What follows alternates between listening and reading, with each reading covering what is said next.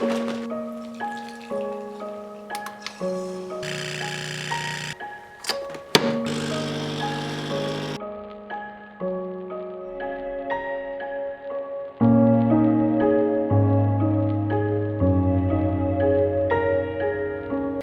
people from all around the world. My name is Ellie, I'm French, and today I will share my experience of being a postgrad student with you. I want you to be as a friend, and I'm going to talk to you as I would to any kind of friend I have. And I'm going to be honest, I'm not going to sugarcoat things, because postgrad life has ups but has a lot of downs as well. So I will try to be as specific as I can at least, and I want it to be really chill. So if you want to, you can grab a cup of coffee or a cup of tea or even a glass of wine if you want to. And oh yeah, before I forget, I'm going to divide this video into different topics because I want to cover a few things in this video, and if I don't have enough time or this video would be too long, I probably could make a second part because there are a lot of things to cover and a lot of things that can be discussed even more about postgrad life. And I wish I knew all of those things before I graduated, or at least now that I'm in this phase. There's so many people that are talking about this subject, and sometimes they glamorize this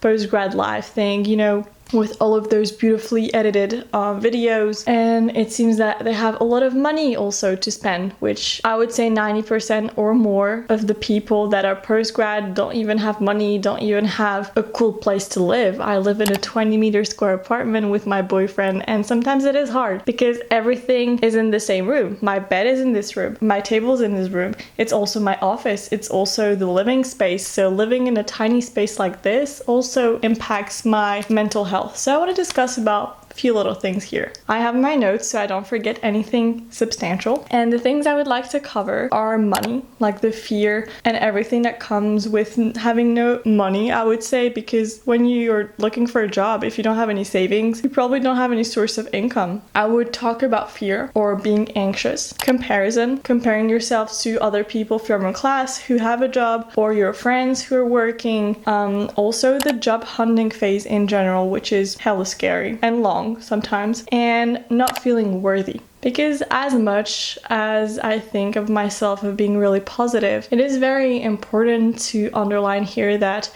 your worth as a person does not come from the fact of having a job or not, of having money or not, of doing cool things or what can be perceived as cool by the society. Your true worth is what you bring into this world.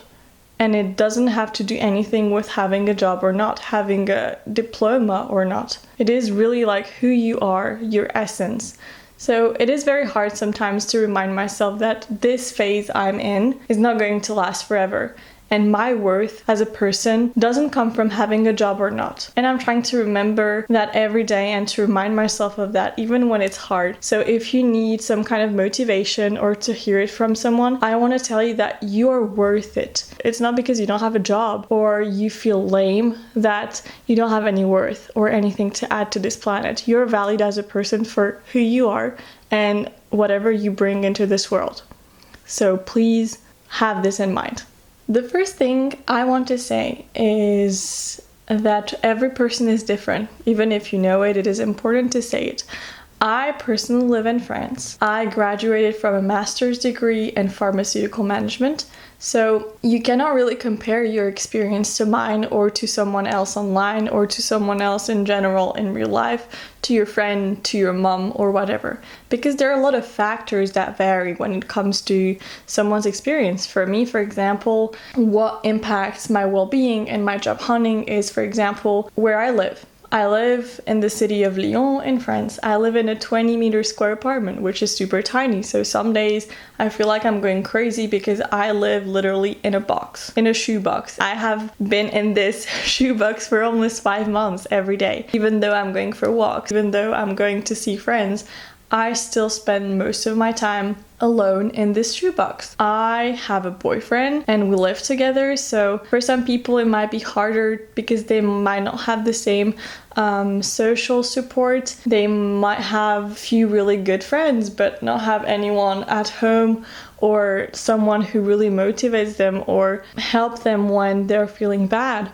So really what I want to say is don't compare your experience to mine, because our experiences are probably going to be very different, even though you have probably some things in common with me. Let's start with comparison. As it is very rational to do, the first thing you want to do after graduating is to ask your friends or people from your class, do you have a job? Where do you work?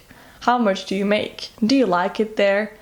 And some people, of course, are gonna have a job from the get-go right after graduating, and you won't. And sometimes it will take you a few weeks, few days, or a few months to get a job. And for me now, I'm at 5 months post-grad. Some of my colleagues from my class have had a job since the beginning, right after graduating, and some have been able to get a job a few months after graduating. Right after graduating, they were 17 to have a job, and usually they were proposed a job right after their internship in the same companies. Then after 4 months, I did a little benchmark on LinkedIn from all of the people that were in my class to see who has a job, because it is very human to compare yourself to others, and you're also curious, you know. I was like, is it normal that I don't have a job after blah blah months, you know? So I was looking at people on LinkedIn, and I started to notice that more people have a job, which obviously is normal, but I started to feel a little more anxious because I did not have a job at this point. I'm trying to not really compare myself, even if it's harder. I'm trying to tell myself that my experience is different from that person's experience, even though we studied the same thing. We don't have the same background, we don't have the same network. Network does a lot in your job hunting. It is very important. Please, if you're still in college, make good friends or good contacts, because it might help you to find a job sooner. It doesn't mean that I don't have any network. It's just that I didn't have the opportunity that I was looking for. That's the only thing I want to say about comparison. Really try to tell yourself that you're unique. No matter who you're comparing yourself to, you're not seeing the big picture here. You only see what you want to see, that that person has a job, and when you start to feel envious towards the person, it will not bring you any good. The only person, as cheesy as it sounds, you can compare yourself to is yourself from the past, because you're the only person who has the exact same background. So don't overthink why this person has this and you don't, because you're following your life purpose. It doesn't matter what you believe in, or if you're a non-believer. I personally believe that you are where you're supposed to be at this stage of life, and I'm trying to accept the fact that after 5 months I still don't have a job, because maybe if I had a job from the get-go I would not have those experiences. And I have to tell you that it teaches you a lot about yourself when you're in this weird kind of transition between being in school and knowing everything that will happen next, and being almost employed and having not your life traced and mapped out, but having some kind of base and starting to evolve in the adult life. The first weeks after graduating, I didn't really realize that anything has changed. In my head, it was like some kind of holidays or some kind of break, and it felt like either I will go back to school or either I will continue my internship.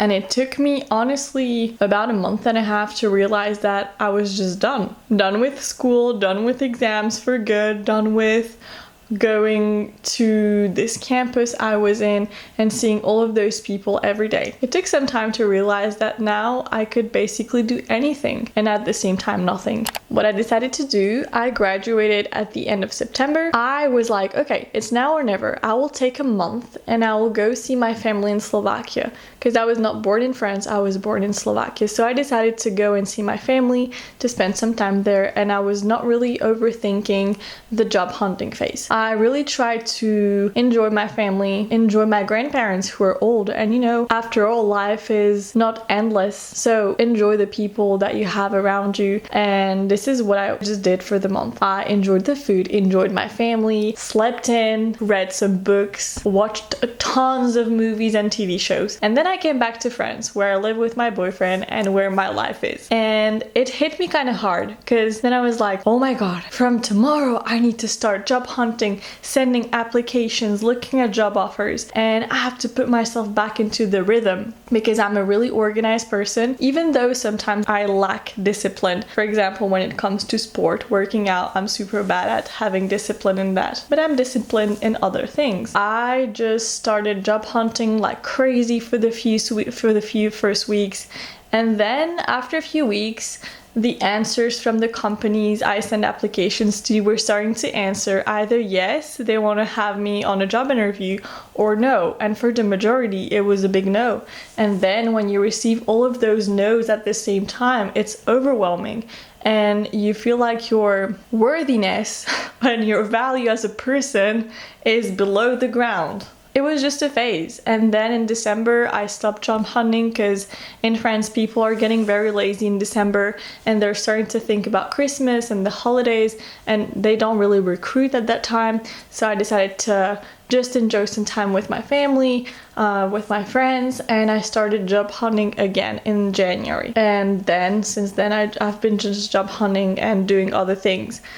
Other topic I want to discuss is money. So one thing I did, I think great, and if you can, it's awesome. Honestly, I cannot recommend anything else. If you can save some money aside during your college, or if you have some summer jobs, honestly put it aside, because this thing is giving me the luxury now to not be as stressed as I would be if I didn't had anything. I'm not saying I have a lot of savings, which is obviously not the case, but I've been able to save a little bit of money during the last 2 years when I had my summer jobs. And I'm really happy I didn't spend it for any kind of holidays, but I put it aside. Basically, I don't have any kind of revenue. So the only thing that is keeping me kind of alive, if I can say, is still having my parents who are able to help me a little bit. And I have my savings, which I'm taking money from every month to buy food, to pay my rent, because we split it with my boyfriend and I still want to pay my part. Oh, I also take out from my savings when I need to buy some toiletries, because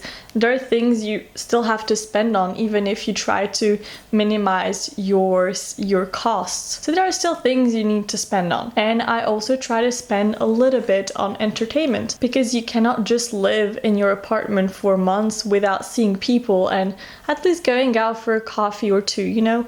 I'm not trying to overspend because I really don't have the money right now, but from time to time I like to have a little coffee with a friend or a glass of wine. It is very good for your mental health to see people and do outside activities. And I'm also trying to tell myself that money comes and goes, and it's not because you don't have a lot of money that you have to be miserable. Of course, money offers you the luxury to have a roof, to have food, but if you can at least cover those most expensive and important costs, if you still have a little bit aside, put it towards entertainment if you can. Few bucks here and there. I would say per week on entertainment, I try to allow myself to 25 bucks. So that's like maybe 2 cups of coffee and 1 ticket to the movies with my boyfriend, or going to a museum. And you also have a lot of discounts if you still have your student card even after graduating for a certain amount of time. So it is always good to try to have any discounts if you want to have some outside activities. A very important thing that has kept me, I would say, in a good mental space is to have a routine. It is very important to keep a routine after graduating, because you have been used to getting up at a certain time depending at what time were your classes, and dressing up or putting some makeup and just heading out of the door.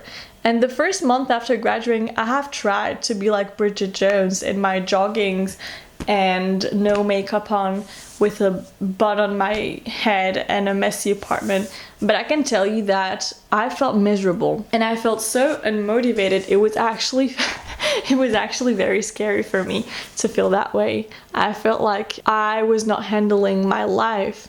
I felt like everything was just falling down and I was like failing at everything. So then I was like, I should probably change something. So then I implemented a routine. I was getting up between 5 or 7 in the morning. I personally love to wake up early, but you have to find a time that works for you. And the weekends, I never worked on the weekends. I tried to stay in a routine that was pretty similar to having a job.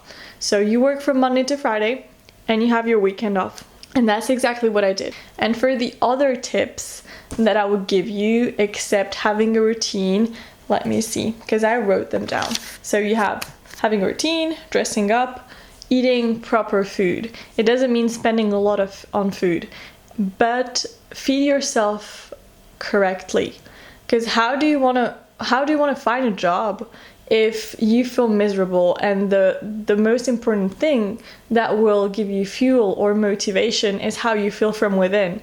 And food is very important. Don't eat a lot of junk, because then you'll gain weight and you will feel even more miserable.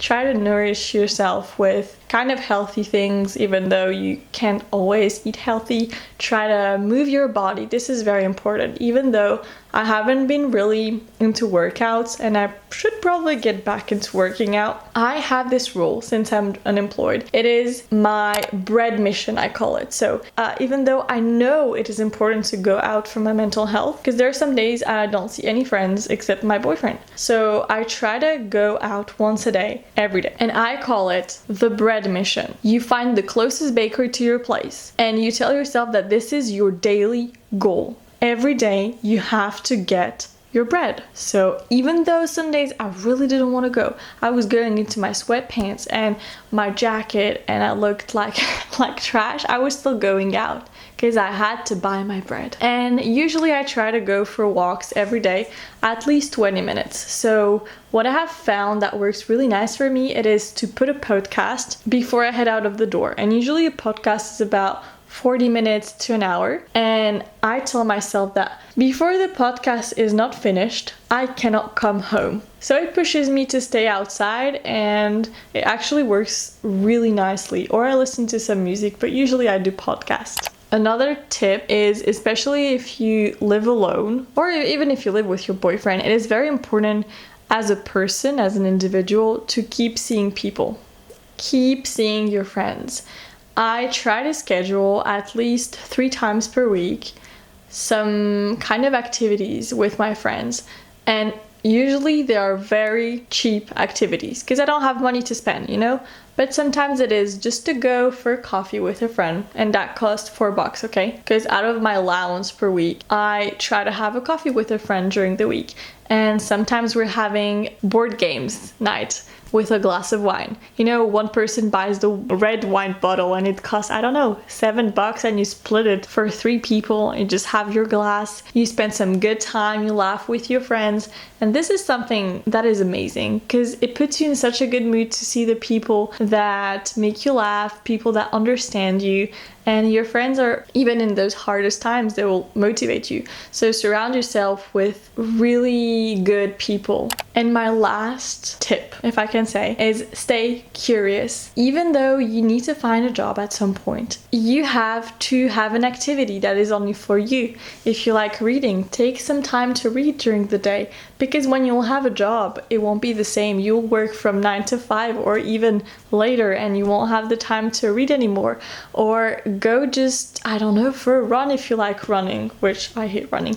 Go for a run when it's nice in the morning, because when you'll work, when will you be able to go for a run at 10 a.m? Only on the weekends. So enjoy that time because you have the time. You just have to manage it differently. And you can fit the job hunting during the day and do some cool stuff in the evening, or you can take the time to sleep in a little more and then take the time to job hunt and then go for a walk or whatever. And it doesn't have to be expensive activities, but stay curious and you will see that when you feel good, opportunities come. If you feel down, you only attract bad things, I think. If at some point you feel down because you compare yourself, you can also stop going on social media for a few days. You don't have to go on social media from the get-go. Whenever you wake up, you can also take few minutes just for yourself. you can stretch or just have your cup of coffee without constantly comparing yourself and thinking about what will happen next. Because at some point you will get a job. It's just a matter of time. This is the thing I'm telling myself every day. You will get a job. It is just a matter of time. And what is frustrating in job hunting is that you don't know when. So if you want to share your experience or anything in the comments, please do so. And I thank you so much for hearing my experience, my story. Maybe we have some similar things that are happening in our lives, maybe not, but I hope that it motivated you a little bit or helped you to feel more at peace with this semi-hard phase of your life. And I'll see you soon for another video, and salut!